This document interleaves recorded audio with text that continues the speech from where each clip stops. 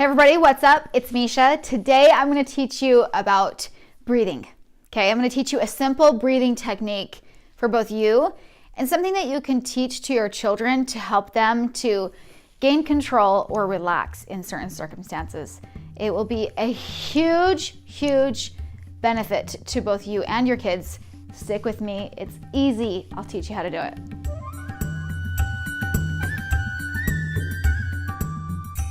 Okay guys, so breathing and learning how to breathe, like actually practicing breathing, is part of yoga. This is part of something that I've done for a really long time, and I realized how much relief and even prevention that it brings to me in stressful situations. So I pass that on to my kids. I teach them how to breathe, and there's a certain way I teach them how to breathe, because when you go to yoga, there are like a bazillion different breathing techniques that they could be asking you to do in yoga. They could ask you to breathe in one nostril and out another. They could ask you to do hot fire belly breaths, like,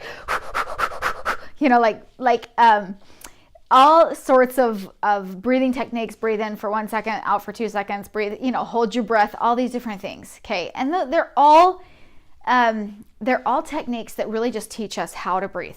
Okay. And how to have more control over our breath. And the one thing that I've noticed that I used to do more is that, in a stressful situation, when you take those breaths, like when you're frustrated, sometimes my husband we have this joke, and sometimes he'll breathe like that, and I'll say, "Why are you breathing like that?" And he's like, "It's just yoga breath. It's just yoga breath." It's kind of an inside joke. Maybe it's just for us, I guess. But you know what? Breathing and the practice of breath helps us so that when we are in a stressful situation, we sort of revert back to those things that we've practiced. We revert back to that breathing, the breathing and taking it in, and it allows us to get rid of so much stuff that we would otherwise hold in our body. And if we can reduce any amount of stress in our bodies, that's a good thing, because stress leads to a lot of health problems. So I'm going to teach you a simple way to breathe. And there's something called ujjayi breathing. So we're going to couple ujjayi breathing with chest and belly breath. Okay? So ujjayi breathing is true deep breathing with that intentional, I want my neighbor to hear my breath kind of breath. That's what they tell you when you go to yoga. Your neighbor should be able to hear your breath. So don't be afraid of that. Just allow yourself to hear that it's really happening, this breath. So the ujjayi breathing is in through your nose and out through your nose. And as you let it out of your nose, as you let the air out, there's something that happens where you kind of ignite the back of your throat. And it sounds literally like Darth Vader. Okay, that Darth Vader breathing. So try it with me. Here we go. Deep breath in through your nose.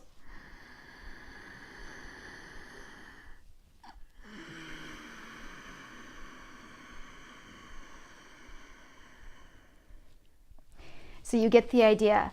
It's that deep breath, and I don't really care who hears me kind of breath. So that's ujjayi breathing. That, coupled with the next bit of exercise that I'll give you, is such a powerful thing for both adults and kids to be able to grasp. So the next part of breathing, the ujjayi is how you get it in and out. The next part is to be able to breathe into your chest and into your belly. And see, what really happens is the way that your diaphragm is moving around inside your body, but what you feel is your chest expanding and your belly expanding. And the control of both of those different things is what is like this amazing amount of control that you can harness to, again, let go of stress, to relax, and to gain more control. So here we go. We're going to try this. Take a deep breath into your chest, and you're just going to see your chest, the hand that's on your chest, rise and fall. Okay? And the belly hand should stay completely still. No breath going into the belly hand. Okay? So here we go with a deep breath into your chest.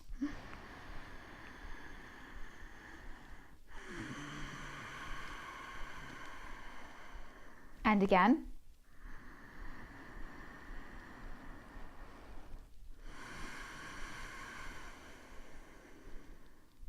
Okay, so that is the first part of the 2-part breathing that we're learning, is your chest.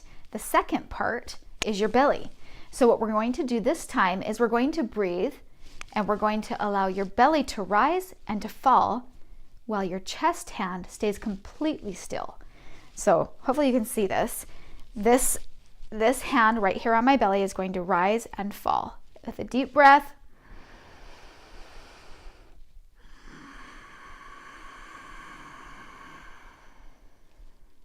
And again.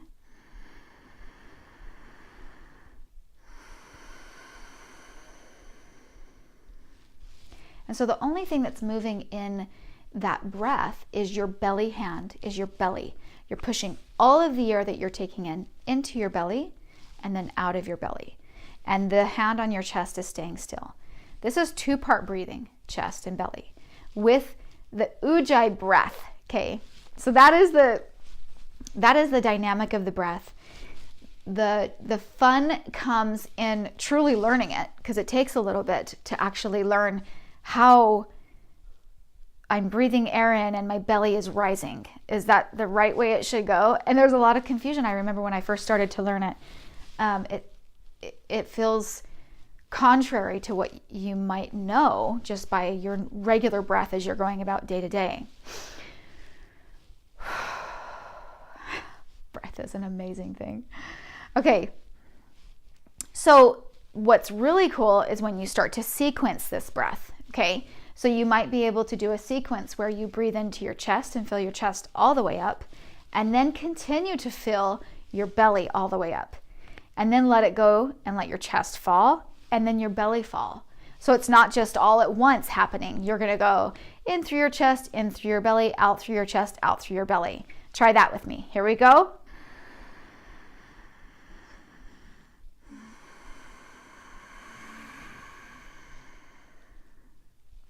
And yes, your belly does poke out and you want it to poke out and then to fall back and collapse back down. Same with your chest. You can do a lot of different sequences with this. You can breathe in through your chest and in through your belly and then let go of your belly and your chest.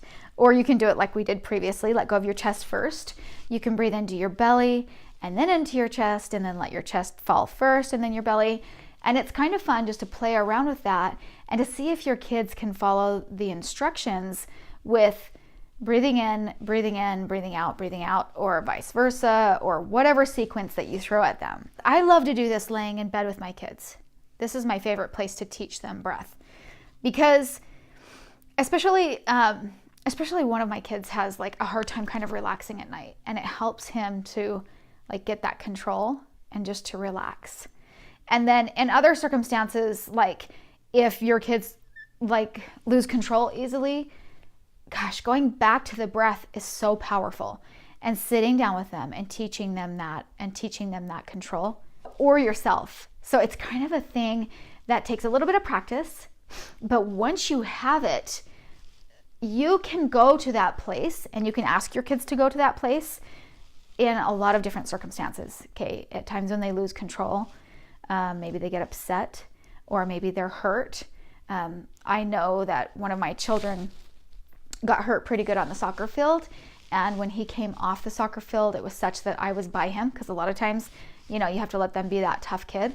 And I remember sitting there with him and saying, breathe through your chest, breathe into your belly, now breathe out of your belly. And just because I've coached him previously on that, he went right to that place and he gained so much control over the pain that he was feeling. It was so incredible. So, and I think that as we practice breath outside of just like your normal, whatever, causality is happening, breath to happen to you, when we actually practice it, it gives us more control as we go about day to day, sort of without even knowing it. We breathe differently, we approach life differently, and we're able to manage stress that comes at us a little bit better, and we could all use that. So hopefully this breathing practice has been beneficial to you. I hope that it gives you these special little moments with your kids that, you know, are priceless. You can add a drop of whatever essential oil that they like the smell of, like behind their ears, or maybe a little bit on the sides of their nose or across their forehead or something like that. And just breathe in and allow them to feel present. It's such a neat feeling. So something you can practice in yoga, but you can also practice outside of yoga if you're not a yogi and get the benefits of breathing. Maybe I'm throwing gang signs. That's not a good thing. These are mudras, okay, y'all, just so we're real clear.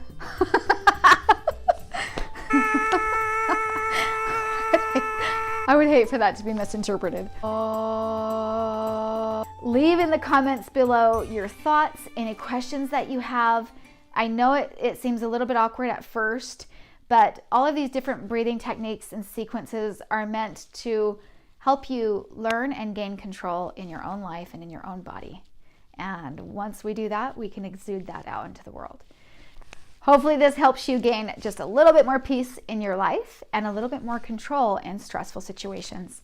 Here's to letting it go, getting more air, getting more oxygen to feed our bodies, and letting all of the junk go that we don't need. If you guys love the video, please give me a thumbs up. Thanks for spending time with me. And if you want more tips like this, subscribe.